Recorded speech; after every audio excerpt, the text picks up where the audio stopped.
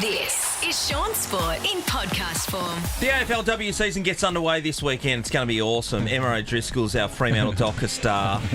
She's an absolute superstar. I really love her. And we've been waiting for her to come in. Nathan's already told us about a video that's on her phone that we're all going to see at the same time. Em, good morning, first of all. Hello, everyone. Hi, Em. All right. Thanks for having me. No, thanks for coming in. Nate's like, I hate talking footy. I want to skip straight to this video. Yeah, we're going to talk about footy in a second. You need to talk. Okay, so story time. Yeah. What's happening? Go. Okay, so my middle brother Nathan, who did play for Fremantle on the weekend, has just come back from a leg injury. He did fall on his leg and got corked. However, it was kind of an external cork, which means the bleed was between his skin and his muscle. Yep. He has then had to have an operation to basically remove the blood that was kind of pooling in that area. Yeah. So I've got a video here that I want all of you to see. So everyone come over this side. Come around. Come over this Ready side. for this. Come over this All side. right, everyone's okay with blood. No one's going to pass out. Yeah. But it'd be funny if they do. Over this way, over this way. Shaun, All right. you gotta... Yeah. This is a knee. This is a knee joint.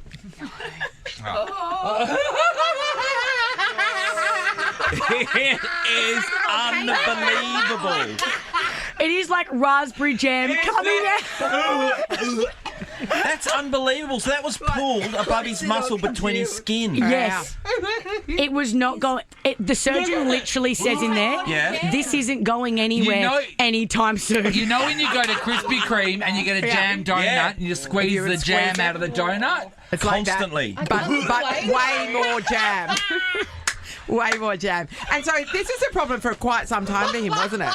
Yes, it was. It was ongoing, Nat. So they did release all of that, and then obviously the risk of infection then just goes through the roof. So he was in hospital for about 3 weeks. Had to have a drain put into his leg as well because this just wasn't going By away. the looks of that, he needs a spoon drain put into his legs. That is a lot of jam. How does the human body? Hey, isn't that amazing. interesting? That is Whoever amazing thought to that see the that. human body can do something to turn your blood into jam? Jam. Nate reckons you get the toast out. It's like, we're going to need a crumpet in here. Stat. That is amazing. I knew that. I didn't know that was the exact injury that Nathan was suffering from. I was waiting for him to come back, and then, it was a bit interrupted through the year to be able to get some traction going. Jesus. So, and his leg kind of withered away as well. Yeah, it basically shrunk, kind of like when you see people obviously do their knee and things like that. They obviously can't use their quad properly, so that just So now he's got shrunk. one of his legs and one of this Nathan's legs. One filled with jam and one not. Amazing. No, he's back better than ever now, but his scar is very gnarly. It's Yeah, halfway I up bet. his leg, just from those 3 surgeries he had to have in a short period of time. So, Em, you were saying, I actually asked you about Nathan because he just played the last couple of games and come off superstar. And played well, yeah. To now hear that and see that in action, it's a huge comeback. You must have been so proud to see your brother out there. Yeah, definitely. I don't think we expected him to play football at all this year, and for him to get back, especially in 2 very crucial games for Freo, from that is super exciting and I guess really positive for him moving forward. But just for us as a family, we had obviously my youngest brother Aiden go through a concussion period as well. So I think when you saw Nath play footy, he just played with so much confidence and just like he really wanted to be there.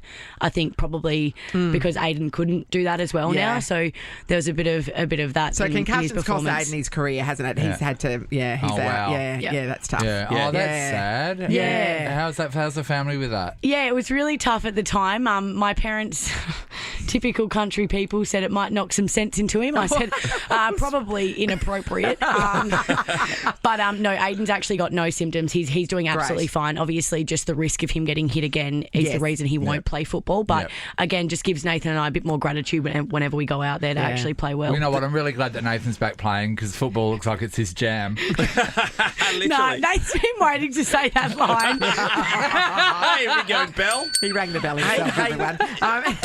With Aiden, I know we're going to get to the AFLW season in a second, but with Aiden, right, for everybody out there, Aiden is a flash. He can run like no tomorrow. Would he consider going into athletics? It's funny you say that, Shaun. He's actually training 5 times a week for Athletics Victoria at the moment. Oh, really? So Is he? Yeah, he's right. staying over in Melbourne and he's training with an athletics coach. And what event is he they gearing have towards? told him that his 400 will be the best, but he's doing 4 2-1s. Yeah. And they said they looked at his PSA times from Wesley College last year and said he'll be able to qualify. and potentially even So is he train for gone? the stall gift or something Yeah. like that. What about something like a bobsled? Because sprinters do that. Yeah, You know. put him in. Nah, I don't know. Honestly, I think he's just keeping the world is his oyster at the moment. Yeah. So I feel like he's just going to keep his potential's options there. open. It's amazing to hear your family story. All three of you playing AFL football and all this. This is crazy, Yeah. right? So, your mum and dad, were they country stars? I've met them, but the country stars on the gas. But are they country stars in the sporting in field? anyone else's opinion. Well, you have to check if Dad has a heartbeat most of the time. He's that relaxed. But Mum did play high-level netball, so she played state netball and volleyball as well. Did she? My dad was a really good cricketer and also played a bit of footy, but he reckons he popped too many fingers, so that's what made him retire. But no, I think they were very good at what they did, and Mum had more of the determination, so she took it to the next level. I think if Dad wanted to, he probably could have, but Too chilled. he's very nonchalant. All right, the season gets underway against Essendon at Windy Hill. You get to play it. I always want to go. What a classic. I've only been there. I've never had a run around on Windy Hill, so that would be great in itself. But how are you poised? We had Simon Garlick on. Nat posed the question that no other AFL team had suggested that Fremantle will be in the mix. Where do you think things are at? For the boys or No, for you. For us? Yeah, we're in a really good position. Like I was saying to Nat before, we've been training for the last 7 months or so. I think the girls are just so fired up to long lead in, actually isn't it? play games. Yeah. Like we kind of get deprived of games all year. So the fact that we get 11 games this season as well rather than 10 is just another opportunity to get better. And I think a second year under Lisa Webb as well is really helping us. I think coming in with 1 year under your belt is really hard to implement a new game plan. And I think this year we've certainly done very well at that. It's just going to be interesting to see how we go up against a different opposition, and someone like Essendon, they pulled our pants down last year, so I'm just hoping to get out there and actually give them a red hot crack. You're going to smack a few over, eh? I Don't say reckon. pull your pants down and red hot crack in the same sentence, please. That's great. No, I do say the horns are out. I get called the raging bull sometimes, and I'm I'm not certainly surprised. raging. It's going to be great. You know, when I was down the club a few months ago, whenever it was, and there was a new Irish girl that joined the team. Now, That's a bit of fun. The Irish are infiltrating men and women's sport over here. Yes. So the men are trying to get hold of those professional Gaelic footballers and the women's team as well. So it's always good to have They're a good Irish source of talent. You got a few. Yeah. We've got a few now. Absolutely. And the skills translate. So Yeah. whenever you've got an Irish person either working with you or Yeah. in your group, it always feels like you're about to go to the pub. Yes. Oh, they're so lovely. They No, are. we They're love lovely. the girls, and their snap on goal is absolutely unreal because of the way they play Gaelic. We actually had 2 of the Gaelic boys come down and train with our men's team as well. It was very funny, Shaun. You'll love this. One of them went up to one of the other Irish girls and said, "So how does this work? Do you just get paid cash after the game?" It was the innocence in that comment was just like, you don't get No, paid you a just cent get a to play bar card, Gaelic. mate. A $50 voucher to Rebel. Like, yeah. Surely we could And rouse as up a much couple $100 yoga to as you spend can at eat. Benny's. About to the rebel. Bless. Your fitness, Em, how's your preparation gone? Do you feel fitter and stronger than ever? yeah, absolutely. I mean, that's the generic answer, but definitely we've been working so hard. I think the main thing they're focusing on from a strength and conditioning perspective is high-speed running. I think that's where the game's going, as you see in the men's game, but the same with the women's. So we still obviously work on that aerobic capacity, but at the moment it's been kind of that high sprint effort and just repeat efforts. Are you And I good Oh, at think that sounds awful. I'd prefer that, Nath. Really? Yeah. Oh, ask me to run a lap of the Oval, I'm gassed. Ask me to do 10, 20 little minute thing. sprints, I'm fine. Yeah, I prefer. But also, that's my position as well as a defender. You're kind of just coming Yeah. up and back and short, sharp, as opposed to running all day. God, like you would have been in the good at mid. British Bulldog, wouldn't you? Growing I up? love British Bulldog. Yeah, I thought so. Also, you could run through people, couldn't you? So Body what time contact. are you out? Are you flying today? Yeah, Yeah. flying today. We've got a big day at the club. Much like the boys, we go and do some walkthroughs this morning. Yeah. Then have our strength session, and then we're straight on a plane to Beautiful. Melbourne. Good You're a times. bundle Good of joy, luck. Em. Very I love pumped. You. Good Well, on you you, may be Em. watching, Nath. What was that? You might not know anything about the football, but you can point out number 3, and I wear black and pink boots. So Oh my God! Will you watch on the blow me a weekend. kiss? And I'll be at home and I'll catch it. There we go. Perfect. Beautiful. I can't wait. Good on you, Em. Thanks for coming in. Yeah, thank you. Thanks, guys. Shaun Sport in podcast form. Well, plenty of things happening down at Freo Dockland at the moment after the weekend's performance by the men's team. Well, let's put that aside for a second. But the women are action this weekend. We are going to catch up with Emma O'Driscoll a little bit later on. But the big kahuna at the football club, the CEO, Simon Garlick, has taken some time out of his morning to join us now. G'day, Garlo. Johnny, thanks for having me on, mate. Yeah, absolutely. You're heading to the airport to get over to watch the women play this weekend? We are, mate, yeah. Incredibly excited. We enter Lisa Webb's second year as coach. Some amazing new recruits. Hasn't been an off-season without its challenges, obviously losing our skipper to a knee injury, unfortunately, and former MVP Turbo going through her pregnancy, which is incredibly exciting.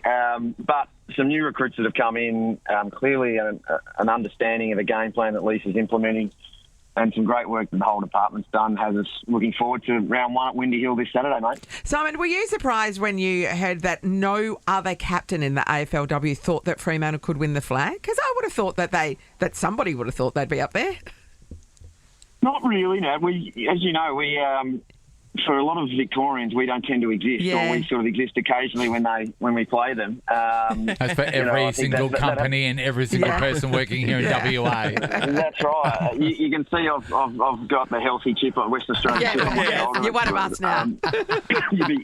You'd be proud to know. So kind of where that is a bit of a badge of honour, Nat. You know, we've just come off the men's season where we're incredibly disappointed. I don't think anyone rated us to make a finals berth, which ultimately, unfortunately, turned out to be the case. But we certainly had those expectations. So not a surprise, but just nice little motivator for us, I think. Yeah. Simon Garlick, I want you to be honest with us right now and tell us the truth. Are you ready? Here's your question: Who is better to travel with? Who is better to travel with, the women's team or the men's team? Who do you prefer to travel with? Definitely the women's team. And is that because of the smell, or is it just the general vibe? What is it? As I'm saying that, I'm just wondering. I'm pretty confident none of the men's team are going to be awake at this point. Yeah. So I'm hoping this doesn't get back. But yes, there is a body odour situation. Worse with the men's team, as you can imagine. Hey, Simon, I saw you on the news just the other day. You did hold a press conference where you were answering all the question about the men's fallout on Sunday. All to play for. It looked like the pressure got to them. But the last 3 weeks, 4 weeks in particular, is it hard to... I mean, this is me... You know, I was at my mum and dad's last night, my brothers and dad, and everyone's coming at me, right? So I'm defending and giving answers, and that's bullshit. You know, they should be able to do this. But, you know, Shaun Darcy was injured the whole year, realistically. We had him in here all the time. He was injured. Alex missing the last couple of months. But he caught all of our games, to be honest. Yeah. Josh Tracy out. Go out. But then, I was looking at statistically, you know, the main things that we were very good at, they really fell off the cliff in the last 3 weeks. So how did you view the situation? Oh, we're just as disappointed as everyone in the McManus family household, I think, Shawnee. So we're clearly gutted. We didn't reach our expectations internally. I mentioned before we don't really care about what people on the outside think. But, you know, when you're sitting third on the ladder at 12.5 wins at round 20, you know, it gives you a massive opportunity, and it probably demonstrates that clearly we've got the capability to play football at the best level. We beat Sydney in Sydney, had some brilliant wins against the Dogs and top 4 teams throughout the year. But the reality is we couldn't cut it at the end, Shawnee, and we weren't good enough for long enough. Now, you're right. I saw Hayes write an article that, as you know, most of these are really insightful, where he talked about if you take Harris Andrews, Oscar McInerney and Joe Dannett out of Brisbane, it makes a difference. Now, that's true, and that's the reality. But if I sit there and talk about that, it sounds like excuse making, and that's not what we're about. We just couldn't get it done at the end. We led Essendon by 25 points. You know, early in that last quarter. That's the one, isn't it? That's the game that you really rue, isn't it? That result. You can pull it all apart. Now, I mean, running into an open goal against Collingwood, you win that. Even against GWS, who clearly are a top 4 side, we went up there without those 3 players, and again, we're running into an open goal to go in front with 3.5 minutes to go. So we were there, but not enough. And we're a young squad. There's clearly a lot of talent. We think the foundations of a premiership standard list are there, but we're learning some harsh lessons and no finals type games in those last 3 weeks, and it's going to burn. I know it's burning the group now, and it's going to burn over the pre-season, and we've just got to make sure we do the work to get better again. Yeah, now the big call at the moment is the fact that everyone's talking about Fremantle's cachet of draft picks, which is exciting, right? And the club and the team at the moment is built on going to the draft, but there is a point where you decide to throw it in the mix and get some veteran players or some experienced And there's talent. a few on the market. There's so many, and then how do you do it? So Chad Warner at the Sydney Swans is someone that everyone wants to get a hold of. I mean, even Nathan knows that. I know who he is. We also had that Cozzy Pickett's now thrown his name up. That's been talk of the town for Liam Baker. Of course, Shea Bolton. So there's 4 guys that West Australian, could be West Australian banned at some stage. So who is in your cart online when you add to cart before you go on and press purchase? Who we got? Well, it's a great question because, as you say, there seems to be a plethora of choice at the moment. But the reality is, there's so many factors you've got to take into account because there's the cost, from a direct perspective in terms of what a player will cost you from a salary cap perspective. Yes. There's the cost to bring a player in, and that can depend upon whether they're contracted or not. And that can have ramifications for you down the track because if you give up a significant amount from a draft perspective, that might seem all well and good at the time when you bring some established talent in, but how does that impact you down the track when you might be missing some young talent from a drafting point of view? So there's a lot to think about. It's a boring answer, I know, guys, but that work's been going on for 6 months, particularly in relation to this upcoming trade period. And it all becomes a bit of a frenzy towards the end. But David Walls and his team have done a phenomenal job, as Shaun said, in relation to building the list through the draft primarily. Obviously, we've complemented that with Luke Jackson coming in, Jordan Clark, Jeremy Sharp of recent times. So we're clearly a club that's shaping as a strong destination for WA players coming back. We've just got to make sure they're the right type of player. They fit the age profile, which, as Shaun said, can be a bit older for us now because we're such a young list. Yeah, that's overall. right. A bit of experience isn't going to go astray. Then there's the character element as well too, and how will they fit into our dynamic as a team and as a club. So a lot to think about, but we're really well placed, and I said the other day we're going to be really aggressive, but do it in a responsible way that helps us get better. Hey Sensible. Simon, actually, while you're here, I should go and get Amy because there's a situation that involves Shaun, yourself, and our producer. Okay, while you do that, are you sitting up the front? Are you sitting up the front end of the plane? No, mate. I always try to do the right thing. Being a 5'10", very short man, you try and give it up to. So we've got Anya Tyler, who's taller than me, and a bunch of others. So we'll make sure that the tall players and staff get the right thing, Shaun. All right, so Simon, you might know Shaun, pretty well to the point where you know that Shaun loves making bets with people, and sometimes Shaun can't be trusted with his word. Now, there was a bet that was set the other day, and you were part of it, Simon it's about Garlick. you, Simon. Oh, wow. This is our producer, Amy. Hello, Amy. Welcome to the show. Good morning. What I've already happened? said hello to Simon. Hi, Simon. Yeah, I spoke to Amy earlier. Yeah. So Friday during the show, Shaun said, I want to speak to Simon Garlick on Monday. And I was like, okay, I'll put the request in, but I highly doubt it. Yeah. Then Shaun right said, thing. Yeah. Shaun said, nah, we'll get him on Monday. It'll be fine. And I said, Shaun, there is no chance. Like, it's too short notice. It's the last blah, blah, blah. And then he said, all right, we'll make I bet we can. I bet I can.